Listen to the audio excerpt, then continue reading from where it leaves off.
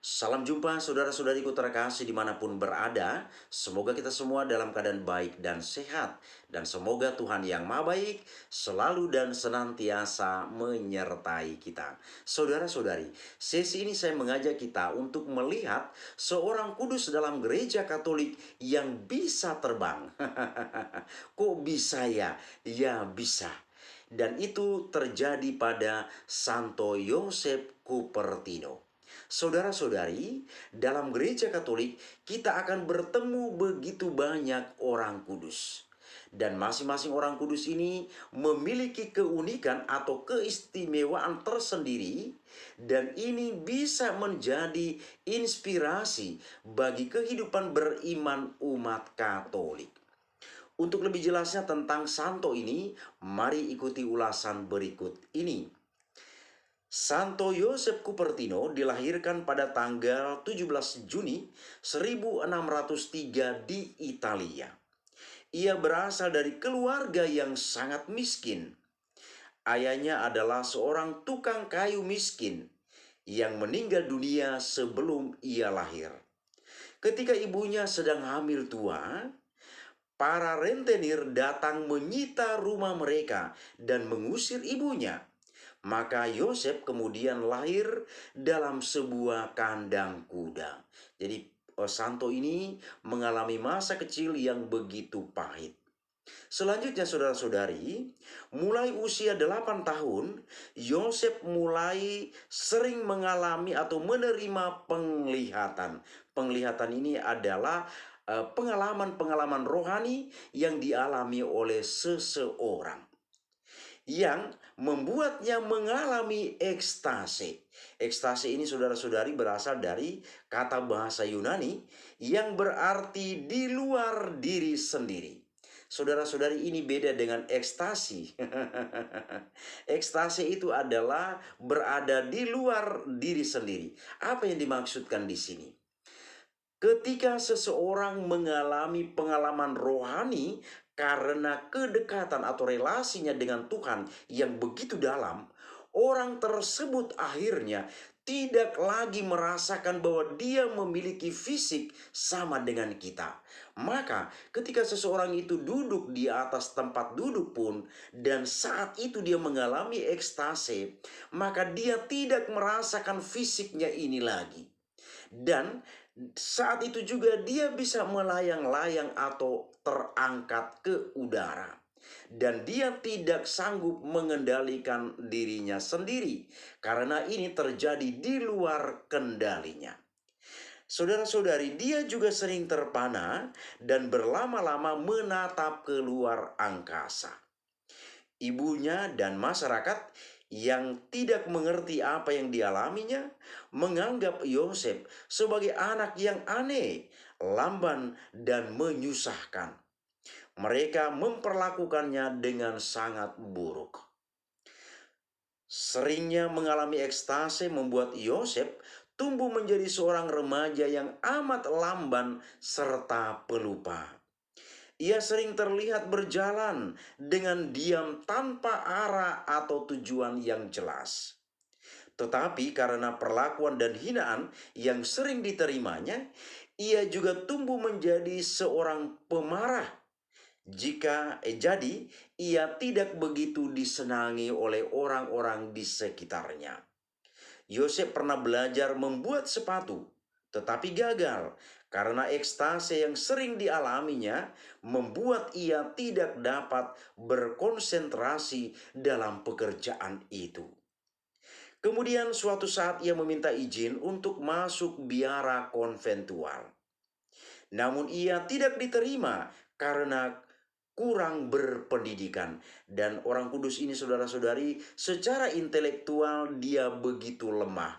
Maka dia pernah ditolak ketika ingin melamar masuk ke dalam biara konventual. Yosef tidak patah arang. Ia kemudian mencoba melamar pada biara Fransiskan Kapusin. Dan ia diterima sebagai seorang saudara awam pada tahun 1620. Namun, Karena ia sering mengalami pengalaman ini, membuatnya tidak cocok untuk bekerja di dalam biara.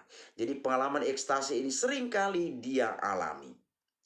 Ia kerap menjatuhkan tumpukan piring-piring dan terus-menerus lupa melakukan apa yang diperintahkan kepadanya. 8 bulan kemudian, ia dianjurkan untuk meninggalkan biara itu. Ibunya tidak senang dengan kepulangan Yosef. Ia kemudian mencarikan pekerjaan bagi Yosef sebagai seorang pesuruh di biara Fransiskan konventual. Yosef diberi sebuah jubah konventual untuk dikenakan dan diserahi tugas untuk merawat kuda-kuda di biara. Bekerja di kandang membuat Yosef mulai berubah. Ia menjadi lebih lembut serta rendah hati. Ia lebih berhati-hati dan berhasil dalam pekerjaannya. Ia juga mulai melakukan silih dengan keras. Silih ini artinya perbuatan-perbuatan dosa kita, maka kita harus melakukan sesuatu untuk bisa menebus dosa atau kesalahan-kesalahan kita. Pemimpin biara memutuskan bahwa Yosef dapat diterima menjadi seorang biarawan dan memintanya untuk segera mulai belajar menjadi seorang imam. Meskipun Yosef seorang pekerja yang tekun, ia sering mengalami masalah dalam hal belajar. Inilah yang tadi kami katakan, Yosef ini memang kurang secara intelektual. Tetapi Yosef percaya penuh akan pertolongan Tuhan yang sering dia lihat dalam penglihatan-penglihatan yang diterimanya. Akhirnya, Yosef berhasil menyelesaikan studinya dan ditahbiskan juga menjadi seorang imam dalam ordo konventual. Saudara-saudari, hidup Pastor Yosef menjadi serangkaian mujizat, visi dan ekstase dalam Roh Kudus. Jadi kehidupannya ini saudara-saudari menjadi sebuah rangkaian mujizat. Karena akan banyak mujizat yang terjadi di dalam kehidupan beliau ini. Ia bisa langsung masuk ke dalam alam ekstase di setiap waktu atau tempat bila dipicu oleh suara lonceng gereja, suara kor di gereja, kemudian penyebutan nama Allah, Bunda Maria, atau nama orang suci. Perenungan setiap peristiwa jalan salib, gambar-gambar para orang kudus, pikiran tentang kemuliaan di surga dan lain sebagainya. Jadi ketika dia mendengar hal-hal ini saudara-saudari, dia langsung mengalami ekstase. Ini menarik saudara dan saudari. Tapi dia akan kembali ke alam ini saat mendengar suara atasannya memanggil. Jadi ketika dia mengalami ekstase, saat dia ekstase dia akan melayang-layang seperti orang yang mau terbang. Dia akan melayang-layang, terangkat ke udara. Dan dia akan turun ke bumi ketika pimpinannya memanggil namanya. Ia menjadi seorang yang amat kudus dan sepenuhnya larut dalam kebersamaannya dengan Tuhan. Segala sesuatu yang ia lihat di dunia ini selalu membuatnya berpikir tentang Tuhan. Dan bila ia mulai kusuk meresapi keberadaan Tuhan, maka seketika itu juga ia bisa masuk ke alam ekstase rohani dan dipenuhi dengan Roh Kudus. Puluhan kali orang-orang melihatnya terangkat dari tanah ketika ia sedang mempersembahkan misa atau ketika ia sedang berdoa dengan kusuk. Sebuah keadaan yang bahkan ia sendiri tidak menyadarinya. Inilah yang tadi kami katakan, saudara-saudari, ekstase itu adalah sebuah pengalaman rohani yang begitu dalam.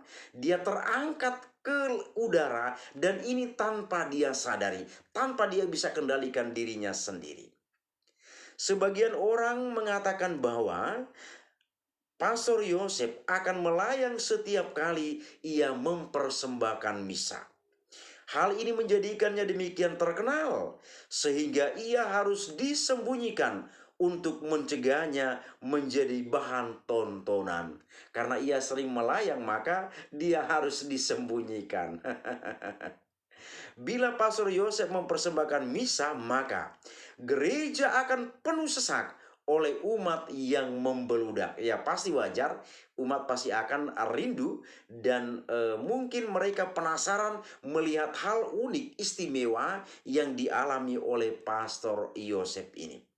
Selama 35 tahun sisa hidupnya, Yosef kemudian diasingkan dan diminta untuk tidak menghadiri paduan suara.